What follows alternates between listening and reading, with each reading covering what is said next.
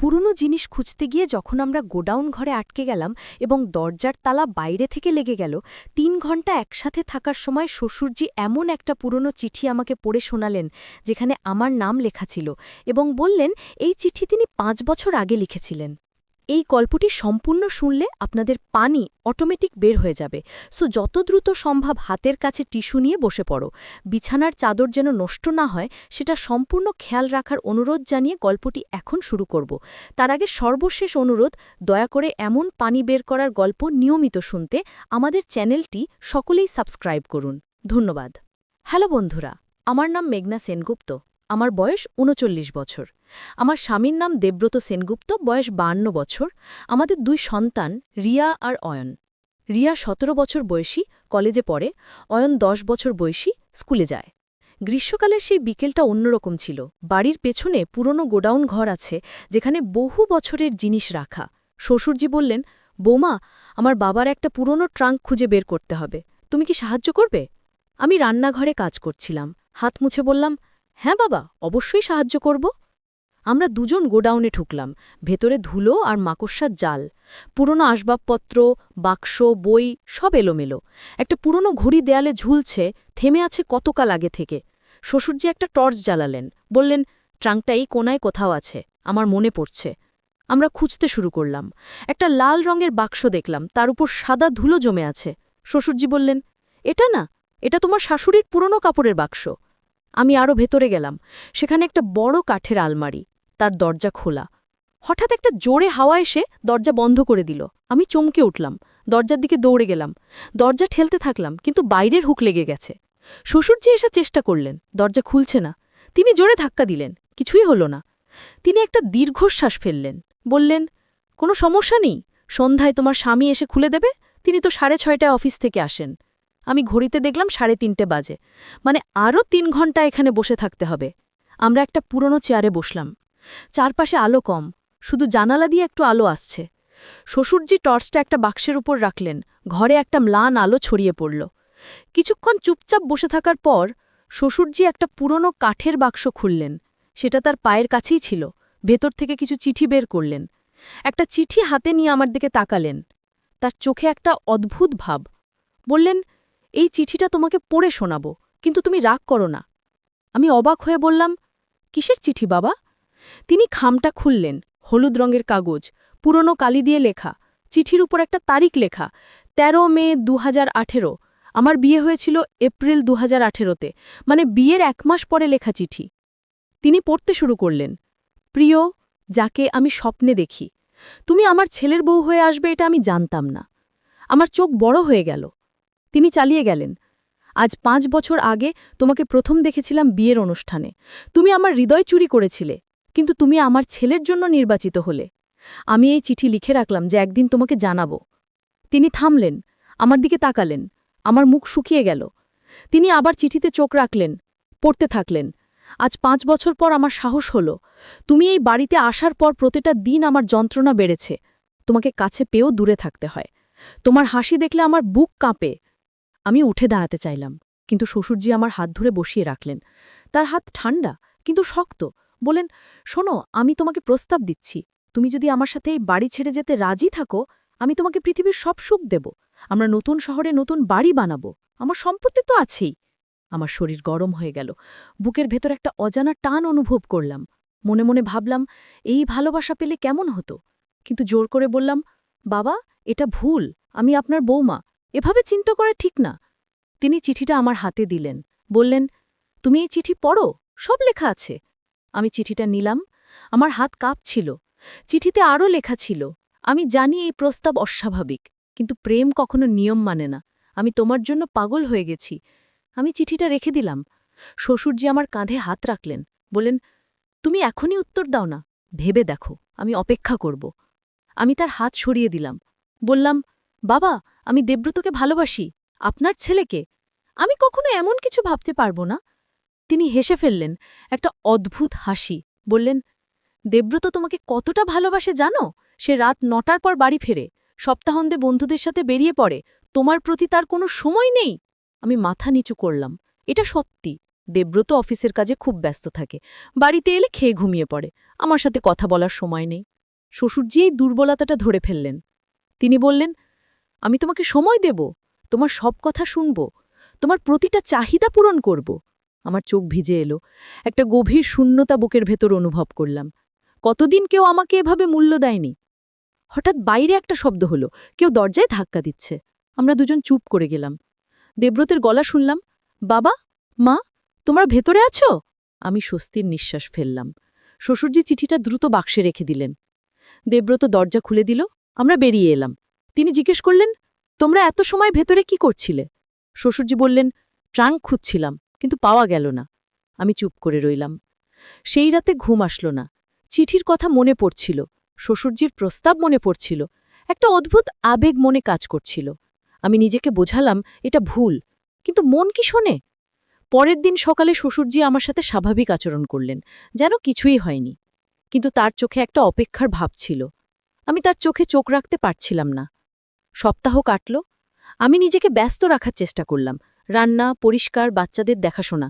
কিন্তু মনের একটা কোণে শ্বশুরজির কথা ঘুরপাক খাচ্ছিল।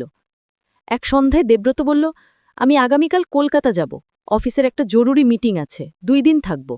আমার বুক ধক করে উঠল। 2 দিন মানে এই শ্বশুরজির সাথে একা থাকা। পরের দিন দেব্রত চলে গেল। রিয়া আর অয়ন স্কুলে, বাড়িতে শুধু আমি আর শ্বশুরজি। দুপুরে খাওয়ার পর শ্বশুরজি বললেন, বৌমা, আমাকে একটা কথা বলতে হবে, তুমি বসো। আমি বসলাম। তিনি আমার সামনে বসলেন, বললেন, আমি তোমার উত্তর চাই, তুমি কি আমার প্রস্তাবে রাজি? আমি মাথা নিচু করলাম, বললাম, বাবা, আমি এখনো ভাবছি, এটা একটা বড় সিদ্ধান্ত। তিনি আমার হাত ধরলেন, বললেন, আমি তোমাকে জোর করব না, কিন্তু জেনে রাখো, তুমি না বললে আমি তোমার সাথে থাকতে পারবো না, আমি এই বাড়ি ছেড়ে চলে যাব। আমার চোখে জল এলো। বললাম, বাবা, আপনি এমন বলবেন না, এটা আপনার বাড়ি। তিনি মাথা নাড়লেন, বললেন, এখন এই বাড়ি আমার কাছে জেল মনে হয়, তোমাকে দেখে আর কাছে পাই না, এটা সহ্য করা কঠিন। আমি হাত সরিয়ে নিলাম, বললাম, বাবা, আমার সময় লাগবে।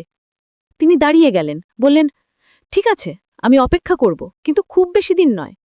সেই রাতে আমি অনেক ভাবলাম, শ্বশুরজির কথা, দেব্রতের উদাসীনতা, আমার একাকিত্ব, সব মিলিয়ে একটা ঝড় মনে চলছিল। পরের দিন সকালে একটা ঘটনা ঘটল যা সবকিছু বদলে দিল। রিয়া স্কুল থেকে ফিরে এসে বলল, মা, আমার একটা খবর আছে, আমার ক্লাসে একটা নতুন ছেলে এসেছে, তার নাম অভিজিৎ, সে খুব ভালো। আমি হেসে বললাম, ভালো মানে? রিয়ার মুখ লাল হয়ে গেল, বলল, মানে সে পড়াশোনায় ভালো, আর তার সাথে কথা বলতে ভালো লাগে। আমি বুঝলাম রিয়ার প্রথম ক্রাশ হয়েছে। সন্ধ্যায় শ্বশুরজি রিয়াকে বললেন, তোমার এই অভিজিৎকে বাড়ি নিয়ে এসো একদিন। রিয়া লজ্জা পেয়ে গেল, বলল, দাদু, সে শুধু বন্ধু। শ্বশুরজি হাসলেন, বললেন, বন্ধুই তো, তাই বাড়ি ডাকো। এই ঘটনা আমাকে চিন্তায় ফেলে দিল। রিয়া বড় হয়ে যাচ্ছে, তার জীবনে নতুন অধ্যায় শুরু হচ্ছে। আমি যদি শ্বশুরজির সাথে চলে যাই, তাহলে রিয়ার কি হবে, অয়নের কি হবে? সেই রাতে দেব্রত ফিরে এলো। সে খুব ক্লান্ত দেখাচ্ছিল, খেয়ে শুয়ে পড়ল। আমি পাশে বসলাম, বললাম, তুমি কি আমাকে ভালোবাসো? সে ঘুমের ঘরে বলল, হ্যাঁ, এখন ঘুমাতে দাও। আমার মন খারাপ হয়ে গেল।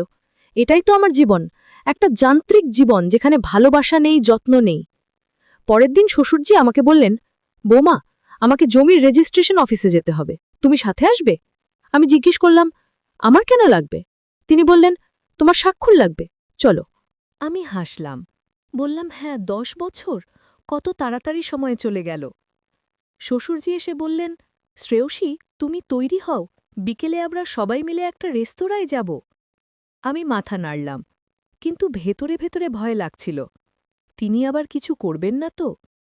বিকেলে সবাই তৈরি হল। আমরা একটা বড় রেস্তোরাঁয় গেলাম। সেখানে সৌমিত্রের অনেক বন্ধু, আত্মীয় স্বজন এসেছে। সবাই আমাদের শুভেচ্ছা জানাল। খাবার পর সৌমিত্র একটা কেক কাটল, সবাই গান গাইল। রোহন একটা গিটার বাজিয়ে গান গাইল। তিয়াস একটা কবিতা পড়ল। সবাই খুশি। কিন্তু আমি লক্ষ্য করলাম, শ্বশুরজি সারাক্ষণ আমার দিকে তাকিয়ে আছেন, তার চোখে সেই অদ্ভুত দৃষ্টি। আমি অস্বস্তি বোধ করছিলাম। রাতে বাসায় ফিরলাম, সবাই ক্লান্ত। শাশুড়ি শুয়ে পড়লেন, রোহন আর তিয়াসা ঘুমিয়ে গেল। সৌমিত্র বলল, তুমি একটু বিশ্রাম নাও, আমি একটু অফিসের কাজ শেষ করি। আমি রুমে গেলাম। হঠাৎ দেখি শ্বশুরজি আবার দরজায়। তিনি ভেতরে এসে দরজা বন্ধ করে দিলেন। আমি ভয়ে বললাম, বাবা, কি হয়েছে, কেন এসেছেন? তিনি কাছে এসে বললেন, আমি তোমার সাথে কথা বলতে চাই। আমি বললাম, এখন না বাবা, এত রাতে, সৌমিত্র আসবে। তিনি হাসলেন, বললেন, সৌমিত্র ব্যস্ত, সে আসবে না এখনই, আমি জানি। তিনি আমার হাত ধরলেন, বললেন, শ্রেয়সী, আমি তোমাকে চাই। তুমি রিমির মতো। আমি রিমিকে পাইনি, কিন্তু তোমাকে পাব। আমি হাত ছাড়াতে চেষ্টা করলাম, কিন্তু তার হাত খুব শক্ত। তিনি আমাকে কাছে টেনে নিলেন, বললেন, আমার কথা শোনো, আমি তোমাকে সব দেব, তুমি শুধু আমার কথা মানো। আমি চিৎকার করতে গেলাম, কিন্তু তিনি আমার মুখ চেপে ধরলেন। ঠিক সেই মুহূর্তে দরজা খুলে গেল। সৌমিত্র দাঁড়িয়ে, তার মুখ লাল, চোখ রাগে জ্বলছে। সে চিৎকার করে বলল, বাবা, আপনি কি করছেন? শ্বশুরজি হাত ছেড়ে দিলেন, পিছিয়ে গেলেন, বললেন, বাবা, আমি। সৌমিত্র বলল, আমি সব দেখেছি, আপনি শ্রেয়সীকে জোর করছিলেন। শ্বশুরজি মাথা নিচু করলেন, কিচ্ছু বললেন না। সৌমিত্র আমার দিকে তাকিয়ে বলল, শ্রেয়সী, তুমি ঠিক আছো? আমি মাথা নাড়লাম, চোখ দিয়ে জল পড়ছিল। সৌমিত্র আমাকে জড়িয়ে ধরল, বলল, ভয় নেই, আমি আছি। শ্বশুরজি চলে গেলেন। পরদিন সকালে দেখি তিনি বাসা ছেড়ে চলে গেছেন। একটা চিঠি রেখে গেছেন। চিঠিতে লেখা, আমি ভুল করেছি, আমি রিমিকে কখনো ভুলতে পারিনি। শ্রেয়সীকে দেখে আমার পুরনো স্মৃতি জেগে উঠেছিল। আমি নিয়ন্ত্রণ হারিয়ে ফেলেছিলাম। আমি দুঃখিত। আমি চলে যাচ্ছি, তোমাদের জীবনে আর বিঘ্ন ঘটাব না। সৌমিত্র চিঠিটা পড়ে কাঁদল, বলল, বাবা এত কষ্ট পেয়েছিলেন আমি জানতাম না। আমি বললাম, কিন্তু তার কষ্ট আমার দোষ না, আমি তো রিমি নই। সৌমিত্র বলল, জানি, তুমি শ্রেয়সী, আমার স্ত্রী, আমার ভালোবাসা। কিন্তু ঘটনা এখানেই শেষ হল না। একদিন দুপুরে হঠাৎ দরজায় কড়া নাড়ার শব্দ। আমি দরজা খুলে দেখি একজন মহিলা, বয়স প্রায় ৬০ হবে। তিনি জিজ্ঞেস করলেন, আপনি শ্রেয়সী? আমি বললাম, হ্যাঁ, আপনি কে?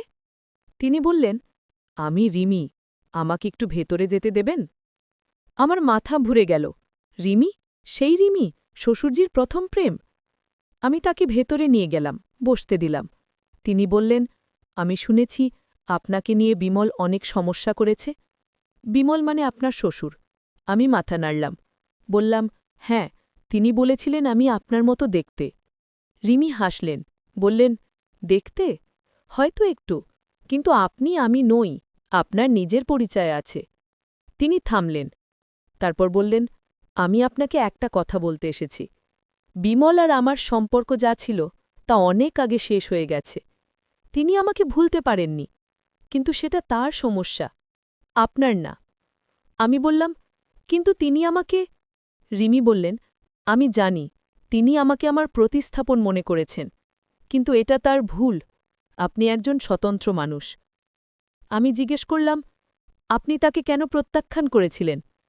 রিমি দীর্ঘশ্বাস ফেললেন, বললেন, সেটা একটা দীর্ঘ গল্প। বিমল আর আমি কলেজে পড়তাম। তিনি আমাকে খুব ভালোবাসতেন, আমিও তাকে পছন্দ করতাম।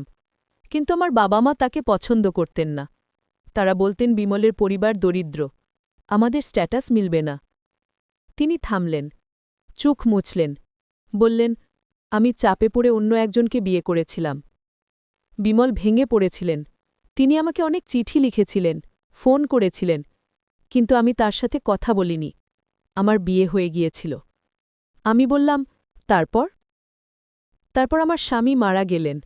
আমার একটা মেয়ে হয়েছিল। আমি বিধবা হয়ে গেলাম। বিমল তখন আমার কাছে এসেছিলেন, বলেছিলেন আমি তাকে বিয়ে করি, কিন্তু আমি রাজি হইনি। আমি চাইনি তিনি একজন বিধবাকে বিয়ে করে সমাজে লাঞ্ছিত হন। আমি অবাক হয়ে বললাম, আপনি তার ভালোর জন্যই তাকে না করেছিলেন? রিমি মাথা নাড়লেন, বললেন, হ্যাঁ, কিন্তু বিমল সেটা বুঝতে পারেননি। তিনি ভেবেছিলেন আমি তাকে ভালোবাসি না, তাই সে সারা জীবন আমার স্মৃতি নিয়ে বেঁচেছিলেন, আমার মতো কাউকে খুঁজতে থাকেন। আমি বললাম, কিন্তু আপনি এখন কেন এসেছেন? রিমি বললেন, আমি শুনেছি তিনি বাসা ছেড়ে চলে গেছেন। আমি তাকে খুঁজে বের করতে চাই, তার সাথে কথা বলতে চাই, তাকে বোঝাতে চাই যে অতীত অতীতেই থাক, তিনি নতুন করে জীবন শুরু করুন। আমি বললাম, আমি তার ঠিকানা জানি না, তিনি কোথায় গেছেন তাও আমরা জানি না। রিমি বললেন, আমি খুঁজে বের করব। আপনাকে ধন্যবাদ। তিনি চলে গেলেন। আমি ভাবলাম, কি অদ্ভুত গল্প। শ্বশুরজি সারা জীবন একটা মানুষের পেছনে ছুটেছেন, কিন্তু সেই মানুষটাকে ভালোবেসেই দূরে ঠেলে দিয়েছিলেন।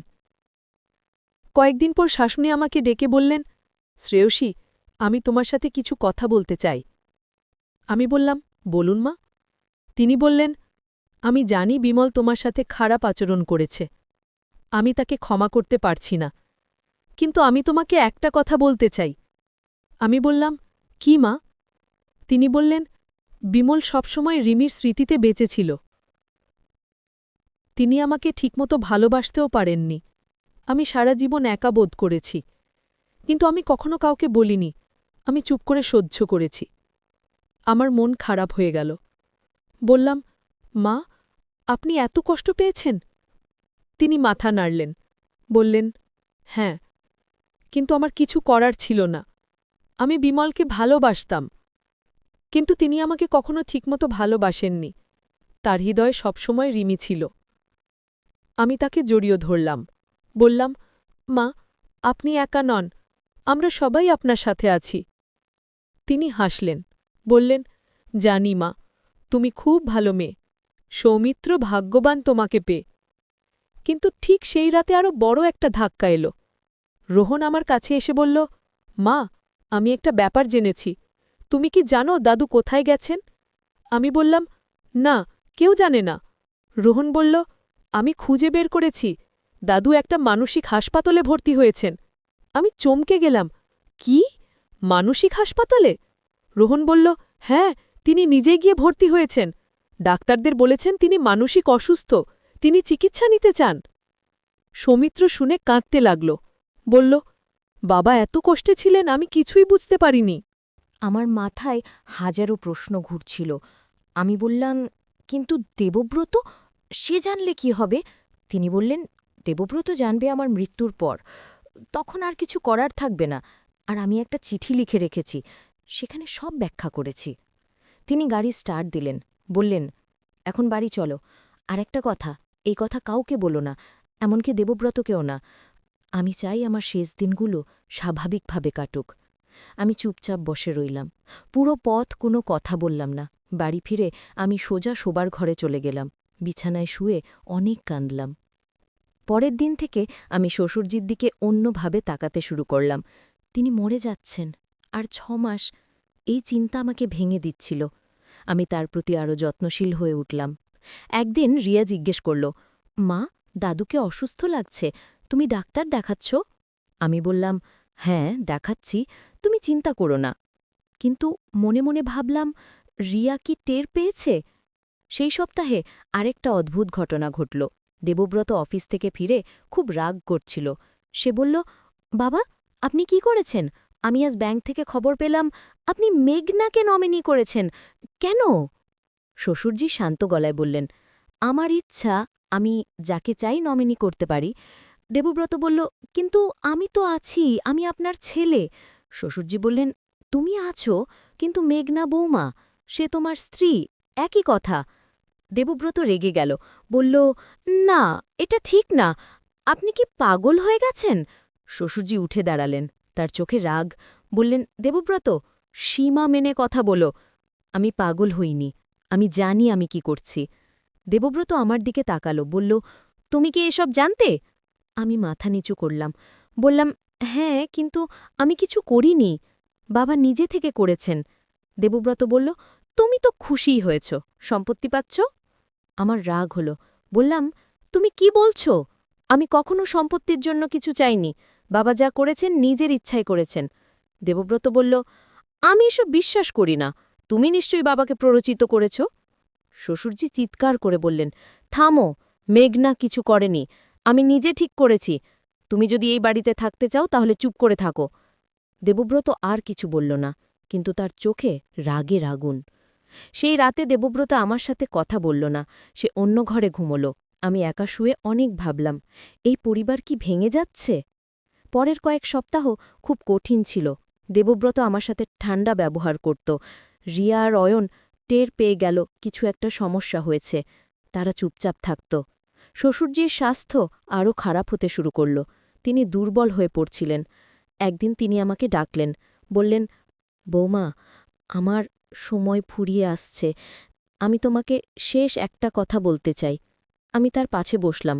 তিনি আমার হাত ধরলেন, বললেন, বিশ্বাস করো, আমি জানি আমার এই পরিকল্পনা তোমাকে কষ্ট দিয়েছে, কিন্তু বিশ্বাস করো, আমি তোমার ভালোর জন্যই করেছি। তুমি এই পরিবারের সবচেয়ে গুরুত্বপূর্ণ মানুষ। তোমাকে রক্ষা করা আমার দায়িত্ব ছিল। আমি কাঁদতে শুরু করলাম। বললাম, বাবা, আপনি আরও কিছুদিন থাকুন। আমরা আপনাকে ছাড়া পারব না। তিনি মাথা নাড়লেন, বললেন, মৃত্যু কারোর জন্য অপেক্ষা করে না। কিন্তু তুমি শব্দ থাকবে, তুমি এই পরিবারকে সামলাবে। তিনি একটা খাম আমার হাতে দিলেন, বললেন, এই চিঠি আমার মৃত্যুর পর খুলবে। এতে সব লেখা আছে। দেবব্রত কি দেখাবে। আমি খামটা নিলাম। সেই রাতে শ্বশুরজির খুব খারাপ লাগল। আমরা তাকে হাসপাতালে নিয়ে গেলাম। ডাক্তার বললেন, আর কিছু করার নেই। তাকে বাড়িতে নিয়ে যান, পরিবারের সাথে শেষ সময় কাটাতে দিন। আমরা তাকে বাড়ি নিয়ে এলাম। পরের ৩ দিন তিনি বিছানায় শুয়ে রইলেন। আমি তার পাশে বসে থাকতাম। তিনি মাঝে মাঝে কথা বলতেন, স্মৃতিচারণ করতেন। চতুর্থ দিন ভোরে তিনি শেষ নিঃশ্বাস ত্যাগ করলেন। পুরো বাড়ি কান্নায় ভেঙে পড়ল। রিয়া আর অয়ন খুব কাঁদল। দেবব্রতও কাঁদল। আমি চুপচাপ বসে রইলাম। আমার চোখে জল ছিল, কিন্তু শব্দ ছিল না। শ্রাদ্ধের পর আমি চিঠিটা খুললাম। সেখানে লেখা ছিল, প্রিয় দেবব্রত, আমি এই চিঠি লিখছি তোমাকে সব ব্যাখ্যা করার জন্য। আমি মেঘনার নামে সম্পত্তি করে দিয়েছি, কারণ সে এই পরিবারের সবচেয়ে যোগ্য। তুমি একজন ভালো ছেলে, কিন্তু তুমি তোমার স্ত্রীকে মূল্য দাও না। আমি চাই না মেঘনা আমার মৃত্যুর পর অসহায় হয়ে পড়ুক। তুমি তাকে ভালোবাসো, যত্ন করো, তাহলে দেখবে তোমার জীবন সুখের হবে। তোমার বাবা। আমি চিঠিটা দেবব্রতকে দিলাম। সে পড়ল। তার চোখে জল এলো। সে আমার দিকে তাকালো, বলল, আমি দুঃখিত। আমি বুঝতে পারিনি বাবা কি করছিলেন। আর আমি যে ব্যবহার করেছি তোমার সাথে সেটা ভুল ছিল। আমি কিছু বললাম না। সে আমার কাছে এলো, আমাকে জড়িয়ে ধরল, বলল, আমি তোমাকে হারাতে চাই না। বাবা ঠিক বলেছেন, আমি তোমাকে মূল্য দিইনি, কিন্তু এখন থেকে সব বদলে যাবে। আমি তোমাকে ভালোবাসি। আমি তার বুকে মাথা রাখলাম। অনেক দিন পর তার কাছ থেকে ভালোবাসা পেলাম। আমরা দুজনে অনেকক্ষণ এইভাবে দাঁড়িয়ে রইলাম। পরের দিন থেকে দেবব্রত সত্যি বদলে গেল। সে অফিস থেকে তাড়াতাড়ি ফিরতে শুরু করল, আমার সাথে সময় কাটাত, বাচ্চাদের সাথে খেলত। পুরো পরিবার আবার একসাথে হলো। একদিন সন্ধ্যায় আমরা সবাই বসে আছি। রিয়া বলল, মা, আমি অভিজিৎকে বাড়িতে আনতে চাই, তুমি কি রাজি? আমি হেসে বললাম, অবশ্যই, ডাকো। রিয়া খুশি হয়ে গেল। সে বলল, সত্যি মা, তুমি রাগ করবে না? আমি তার মাথায় হাত বুলিয়ে দিলাম। বললাম, না রে, রাগ করব কেন? তুই বড় হয়ে যাচ্ছিস, তোর নিজের জীবন আছে। অয়ন বলল, মা, আমি কখন বড় হব? আমরা সবাই হেসে উঠলাম। দেবব্রত তাকে কোলে তুলে নিল, বলল, তুই এখনো ছোট, তোর বড় হতে আরও অনেক সময় আছে। সেই রাতে বিছানায় শুয়ে আমি অনেক ভাবলাম। শ্বশুরজির সেই পুরো পরিকল্পনা, সেই চিঠি, সেই প্রস্তাব সব ছিল একটা নাটক। তিনি আমাকে পরখ করছিলেন, আর আমি পাশ করেছি। কিন্তু একটা প্রশ্ন আমাকে তাড়া করছিল, আমি কি সত্যি পাশ করেছি? আমি তো মনে মনে শ্বশুরজির প্রস্তাবে আকৃষ্ট হয়েছিলাম। আমি তো ভেবেছিলাম যদি রাজি হই তাহলে কি হতো। এটা কি পাপ? পরের সপ্তাহে আরেকটা চমক অপেক্ষা করছিল। শ্বশুরজির উকিল বাড়িতে এলেন। তিনি একটা বড় খাম নিয়ে এসেছিলেন। বললেন, এটা আপনার শ্বশুরজি আপনার জন্য রেখে গেছেন। তিনি বলেছিলেন তার মৃত্যুর 2 সপ্তাহ পর দিতে। আমি খামটা খুললাম। ভিতরে একটা চিঠি আর কিছু কাগজপত্র। চিঠিতে লেখা ছিল, প্রিয় মেঘনা, যদি তুমি এই চিঠি পড়ছ, তাহলে আমি আর নেই। আমি তোমাকে শেষ একটা সত্য বলতে চাই। আমি তোমাকে সত্যি ভালোবাসতাম, কিন্তু সেই ভালোবাসা একজন বাবার মতো। আমি তোমার মেয়ের মতো। আমি তোমাকে রক্ষা করতে চেয়েছিলাম। সেই চিঠি, সেই প্রস্তাব সব ছিল একটা নাটক। আমি দেখতে চেয়েছিলাম তুমি কতটা সৎ। তুমি প্রমাণ করেছ তুমি এই পরিবারের সবচেয়ে মূল্যবান সদস্য। এই কাগজপত্রে আরও কিছু সম্পত্তি আছে যা তোমার নামে করে দিয়েছি। এগুলো তোমার আর বাচ্চাদের ভবিষ্যতের জন্য। তুমি সুখে থাকো। তোমার শ্বশুর। আমার চোখ দিয়ে টপ টপ করে জল পড়তে লাগল।